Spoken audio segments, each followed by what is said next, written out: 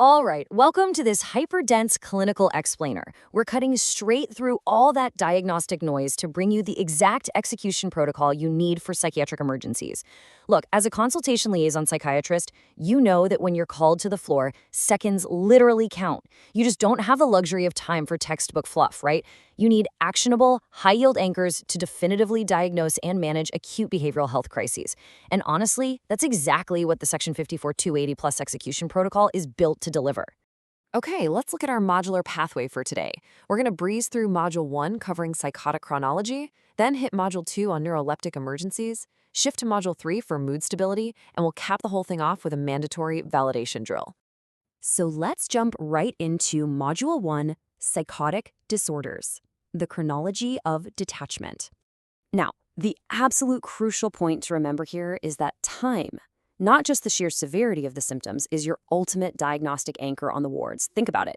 When a patient presents with a profound detachment from reality, delusions, hallucinations, disorganized speech, those symptoms can be incredibly loud. They're meant to be distracting. But your very first question to the patient or their family or their roommate absolutely must be about duration. How long has this been going on? And this map perfectly illustrates why.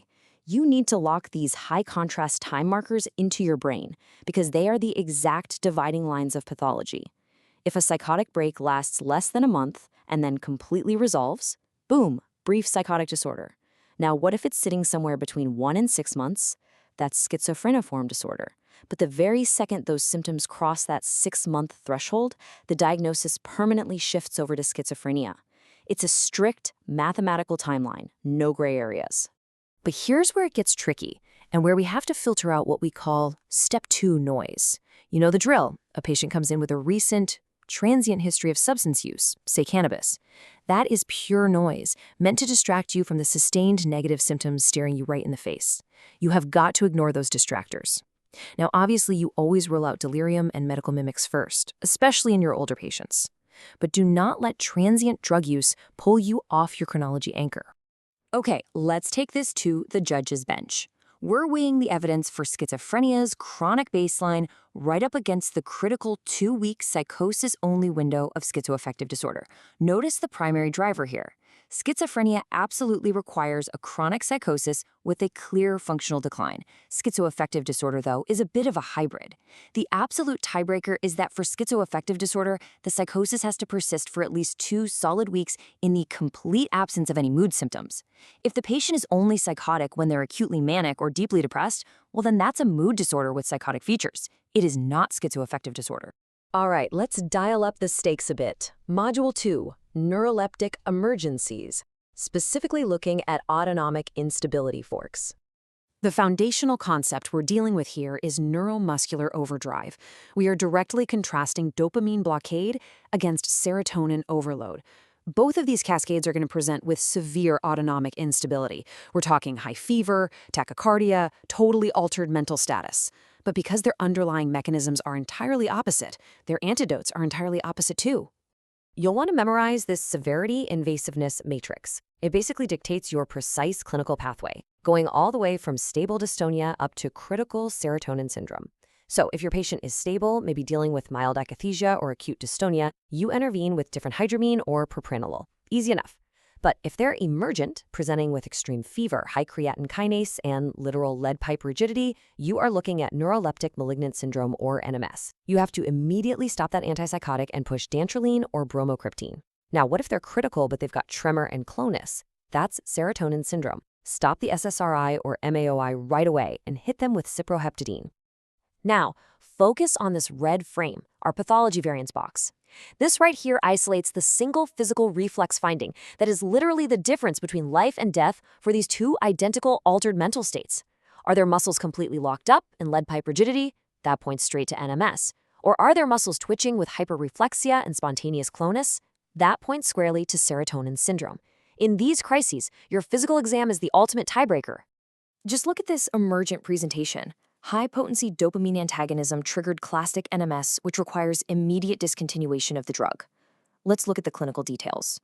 Say you have a 73-year-old woman given risperidone, and suddenly she spikes a 103-degree fever, has extreme muscle rigidity in all 4 extremities, and her creatine kinase is massively elevated to around 2,000.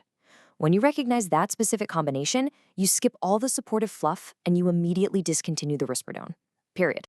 Let's take a breath and shift gears. Module 3, Mood Stability.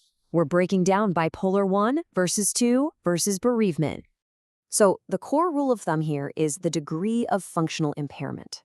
This is what definitively separates your everyday mood shifts from actual pathological episodes.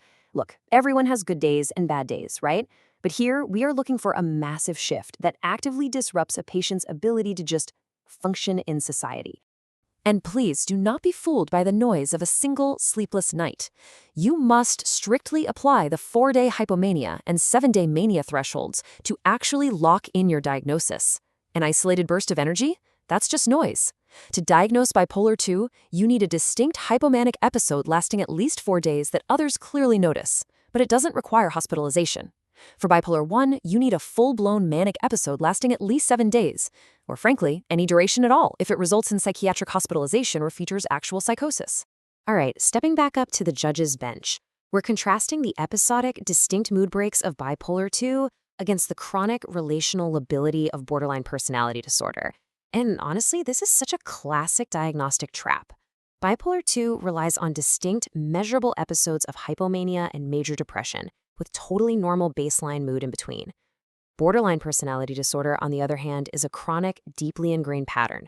We're talking volatile relationships, intense fears of abandonment, frequent self-harm. That just doesn't follow a strict 4-day on and off schedule.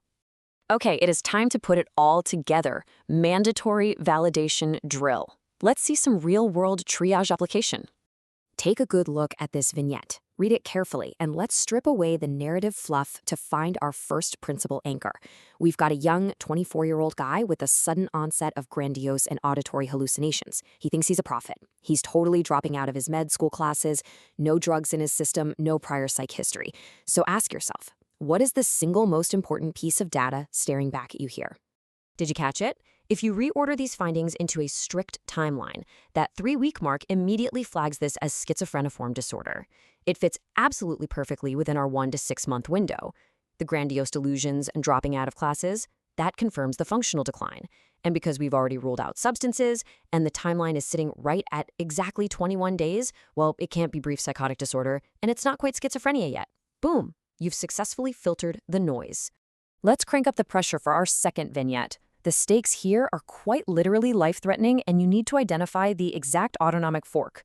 We have a 35-year-old patient on an SSRI who was recently started on a medication known to have MAOI activity.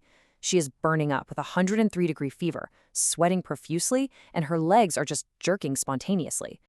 The combination of those serotonergic agents plus those hyperreflexive muscle jerks places us squarely in the serotonin syndrome column of our invasiveness matrix. That demands cyproheptadine immediately.